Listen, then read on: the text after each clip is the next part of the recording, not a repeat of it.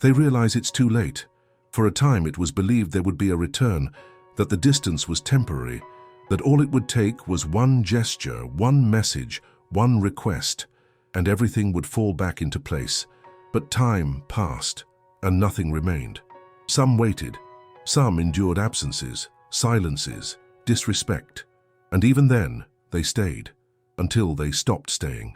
That's how they lost you, not because of a single mistake, but due to the accumulation of small resignations disguised as pride. They believed the other side would beg, that they wouldn't be able to handle the emptiness, that they would keep trying even while being ignored, even while always being placed last. But there came a point when the name that once caused pain stopped evoking anything at all. And that is the true end. Today, the name that once held hope is just a memory of something that won't come back. And now they miss you, they feel guilty, they feel that everything that was neglected is now out of reach. And there's no one left to respond, not even anyone left to wait. Those who were there are gone. They left on the day they stopped trying, on the day they understood that insisting wasn't love, it was self-neglect. And the hardest part to accept, there was no warning, there was no shout, there was no drama, there was exhaustion, there was a limit. Today, the silence that was used as punishment has become a definitive response. Too late to go back, too late to be heard, too late to fix what was ignored for so long. And now, all that's left is to realize that what seemed guaranteed was fragile, to realize that no one waits forever, to realize that those who are absent for too long end up returning to a place where they are no longer remembered. It was on that day, at that exact moment when you didn't feel anything upon hearing that name. Not pain, not longing, not anger, just silence, an echo of absence with no strength to come back. Ali, without fanfare, without promises, without requests, something inside you closed off, and what once was expectation turned into forgetfulness.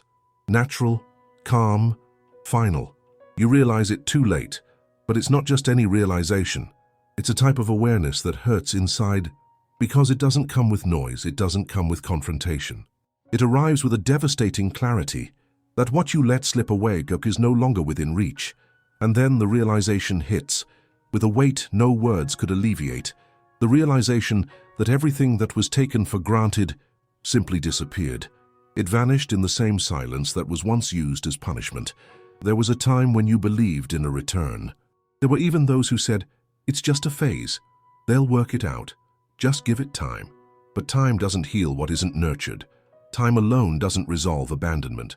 And the truth is that there was someone there who endured more than they should have, who swallowed words that shouted inside their chest, who accepted little, hoping that little would eventually become presence. It didn't, and yet that someone stayed while being ignored, stayed even when they knew they weren't a priority, stayed until they could no longer stay.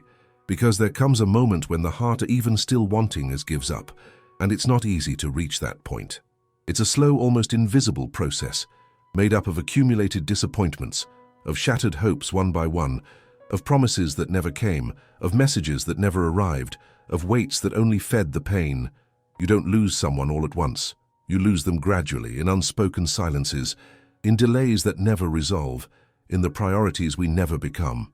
And so it drifted away, without screams, without fights, without drama.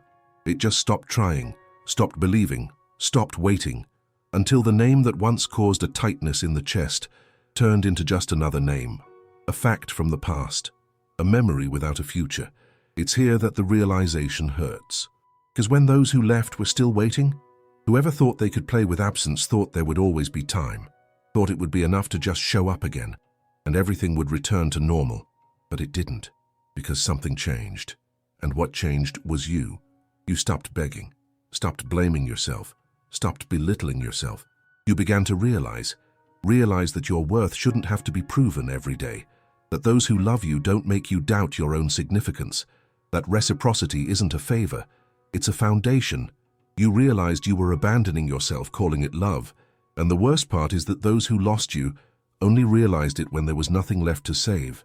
They believed out of pride that you would come back, that you would insist once more, that you would accept less and just one more time. But no, the name that once was hope is now in the past, and there is no more room for what no longer makes sense. You've already realized it's not about hurt, it's not even about anger, it's about peace. A peace earned through pain, through hidden tears, through nights spent questioning if you were right to continue.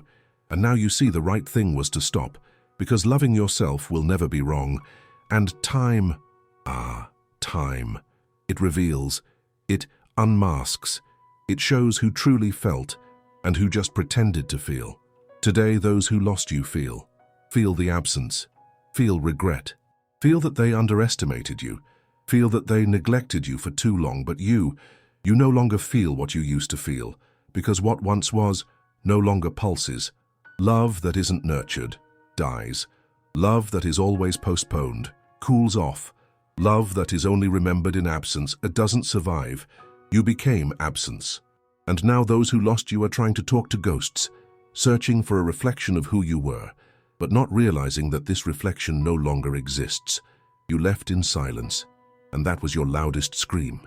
You departed without a goodbye, and that was your clearest answer, because you realized that insisting would be betraying yourself, that continuing would be belittling yourself, accepting would mean destroying yourself. And you chose to live. You chose your own healing. You chose your own presence. You chose to respect your own heart. And those who lost you now realize they see what they had. They see what they threw away. They see who you were. They see how much you were loved and didn't know how to handle it. But it's too late. And this is the part that hurts. It hurts because now there's no one to listen. There's no one left to wait. There's no one left to care. Time was generous for a long time, but even it has limits.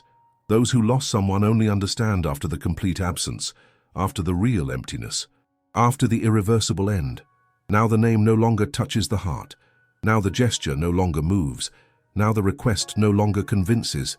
You became a memory in the heart of those who loved you, and that cannot be undone. And the hardest part to accept is that there was no fatal mistake. There were small abandonments, small forgettings, small failures that became routine. And that's what killed it. It wasn't betrayal, it wasn't a fight, it wasn't an offense, it was the daily neglect, the lack of care in the ordinary, the emotional absence that repeated itself every day. And what hurt was realizing that you loved alone, but that no longer hurts because you're no longer there. Those who stayed are now alone, and you are now whole. And those who lose someone whole never find them again. Do you understand this? Do you realize this? Because what comes after the end is not forgetting, it's transformation. When you stop being the one who begs and start being the one who finds themselves, the world around you also changes. The messages that never arrived no longer matter. The requests that never came no longer count. The waiting that consumed you has ceased to exist. You return to yourself, and that's something no one can take from you. Because when you realize that nothing is more cruel than abandoning yourself for love, you change. You change your perspective, you change your rhythm, you change what you accept, and you change what you will never allow again. It's not arrogance, it's self-compassion. It's a living memory of what hurt, and now you protect it with walls of awareness. You noticed, and that frightens those who lost you. Because while you were crying, they thought you would come back. While you were silent, they thought it was submission.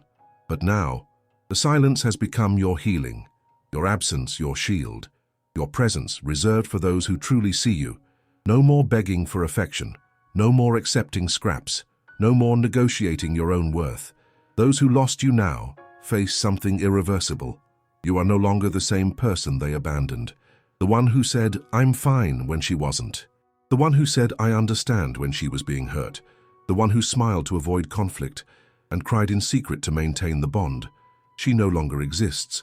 In her place is someone who chose to stay with those who never left. You. Isn't it strange?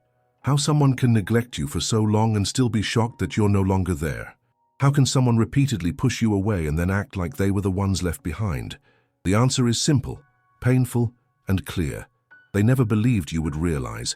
They thought your love would blind you, that your devotion was eternal, that your absence would be temporary. They thought your capacity to feel would keep you trapped there forever. But you felt everything, until you stopped feeling. And that's the kind of awareness that changes everything, because now You are the one who won't return. And what made you leave was exactly what was never said. The absences that no one acknowledged, the pains that no one validated, the distances that were treated as normal. Love starved to death. Not for lack of physical presence, but for lack of emotional presence, of care, of choice, of effort. And now, those who lost you try to rebuild something on top of the emotional ruins they themselves caused.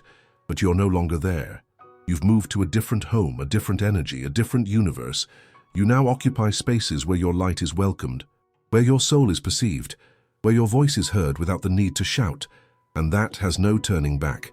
And no matter how much pain tries to return, it finds no place anymore. Because what used to hurt now teaches. What used to suffocate now guides. What used to break you now strengthens you. The wound has turned into a portal, and you crossed it. Yes, you still remember. There are still days when the longing throb. There are still nights when the absence settles in. But you no longer wish to go back. You wish to move forward, to build, to flow. Because what was left behind wouldn't recognize you anymore. You have grown. While it slept, you awoke. While it fled, you faced. While it vanished, you redefined yourself. You have become your own salvation. And now those who couldn't stay will have to deal with the silence of no longer having access. They will have to face the definitive absence. They will have to confront the mirror of their own negligence, because no one disappears so much without losing everything. And those who once used silence as a form of punishment now feel the weight of true silence, the kind where no one is left on the other side. You have become an echo, and the echo does not respond. It only returns what was said. It only repeats what was done. And everything that was done now returns like a mirror, a harsh mirror, cold, faithful.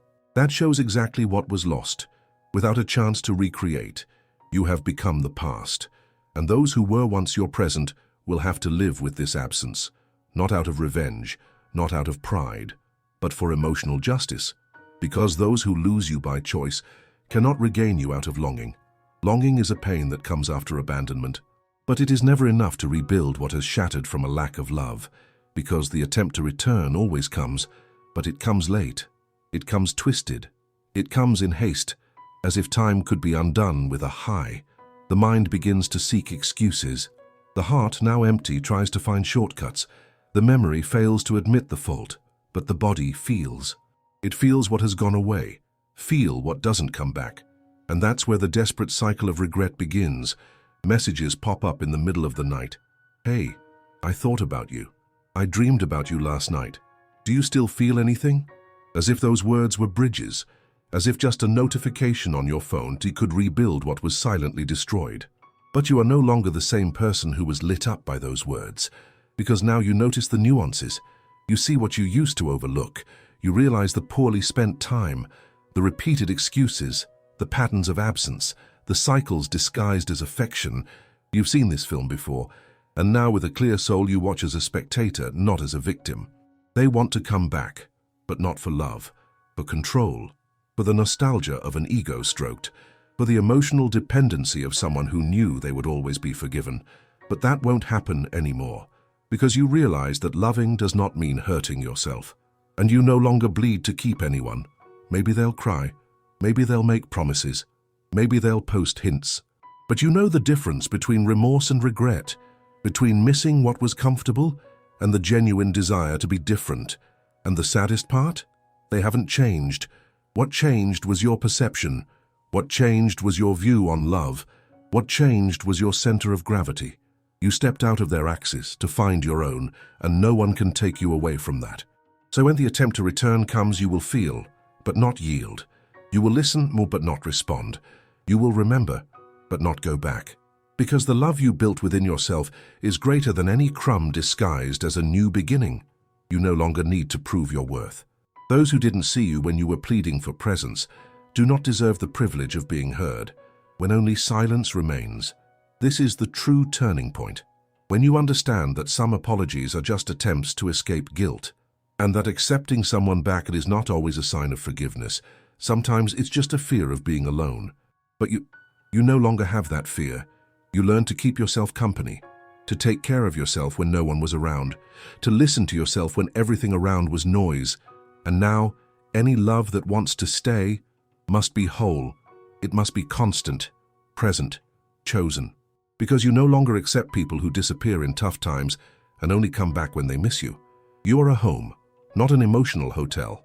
If this makes sense to you, right here, I am a home, and only those who know how to stay may enter, or share it with someone who still thinks that love means waiting endlessly for those who only know how to leave. And now that you see all of this clearly, peace comes that no longer depends on answers. It brings the lightness of knowing that you are not hard to love. You were just trying to be loved by those who couldn't see you, and in that moment, you set yourself free. Because there are no more pending matters, no more voids, no more expectations, just you. You and your whole presence. You and your clarity. You and the certainty that what is meant to stay does not need to hurt you to prove that it's real. You don't want perfect love. You want possible love, real, available, mutual. And that now is a filter, a criterion, a boundary. Because if it's not light, you won't carry it. If it's not true, you won't plant it. If it's not whole, you won't allow it. You have become a sacred territory, and anyone who wants to enter will have to come in barefoot, respecting, honoring, staying. If this touched you, share it with someone who needs to hear this. Comment here about what you realized about yourself. Subscribe to the channel, leave your like, and let's continue this journey together.